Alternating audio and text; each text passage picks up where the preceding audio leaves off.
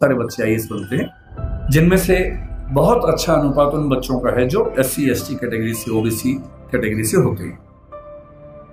मैंने एक चीज देखी है, आपसे विशेष रूप से निवेदन कर रहा हूं। बहुत सारे ऐसे बच्चे होते हैं जो समाज के पिछड़े समुदाय से आते हैं और उनको इस बात की बड़ी शर्मिंदगी होती है कि मैं पिछड़े समुदाय से हूं।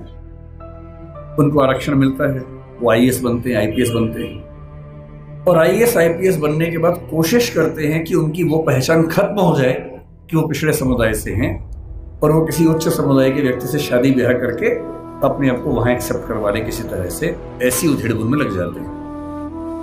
मैं आपसे एक बात का निवेदन करना चाह रहा हूं, जिस समाज से आप हैं उस समाज को लेकर शर्मिंदा कभी नहीं होना,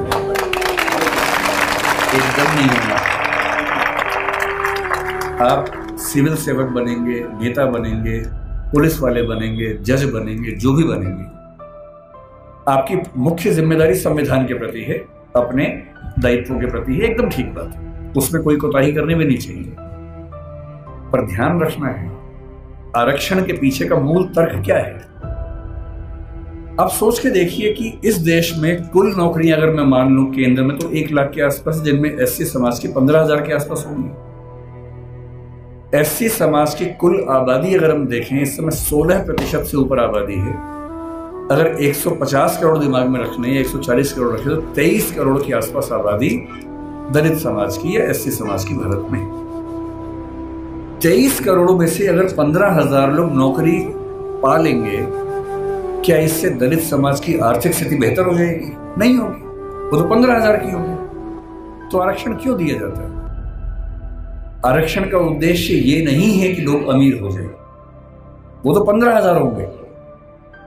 आरक्षण का उद्देश्य ये है कि जब पूरे एक गांव में एक दलित बच्चा या ST बच्चा या OBC बच्चा IAS बनता है या जज बनता है, उस गांव के हर व्यक्ति को कॉन्फिडेंस आ जाता है कि दिक्कत आएगी तो मेरा छोटा भाई मेरे साथ खड़ा हुआ है, और आपको वो छोटा भाई छोटी बहन बनना है।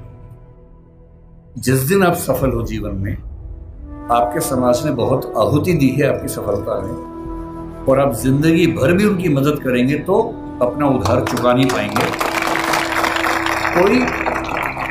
कोई ऐसा काम नहीं करना जो गैर कानूनी हो, जो असंवैधानिक हो, ऐसा नहीं करना है।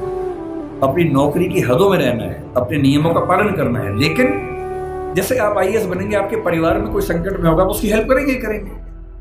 ठीक वैसे आपके समाज में कोई संकट में है, पुलिस यदि उसके साथ बदतमीजी कर रही है, गैर कानूनी कृत्य कर रही है, तो उस पुलिस को आप फोन करेंगे तो उसके साथ कुछ गलत नहीं होगा, ये आप पक्का कर सकते हैं।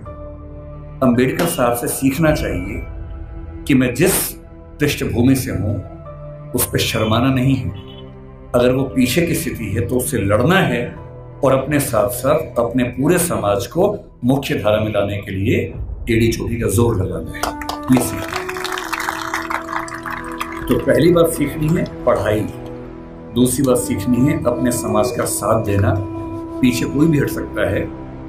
जाति को लेकर कबीरदास ने बड़ी गहरी बात कही थी कि व्यक्ति की पहचान उसकी योग्यता से होनी चाहिए, मेहनत से होनी चाहिए, जाति में क्या रखा हुआ है। उन्होंने कहा, जाति ना पूछो साधु की, पूछ लीजिए ज्ञान, ज्ञान पूछो, मोल करो तलवार का, पड़ी रहन दो म्यान। म्यान में क्या रखा है? तलवार की कीमत है। और यदि हम कहते हैं कि पिछड़े समाज के लोग पढ़ने में पीछे हैं, तो ऐसा क्या था कि एक बच्चे को मौका मिला और वो पूरी संविधान सभा में सबसे ज्यादा पढ़ा लिखा व्यक्ति बन गया? इसका मतलब है कि अवसर मिले, जुनून हो, तो व्यक्ति कुछ भी कर सकता है।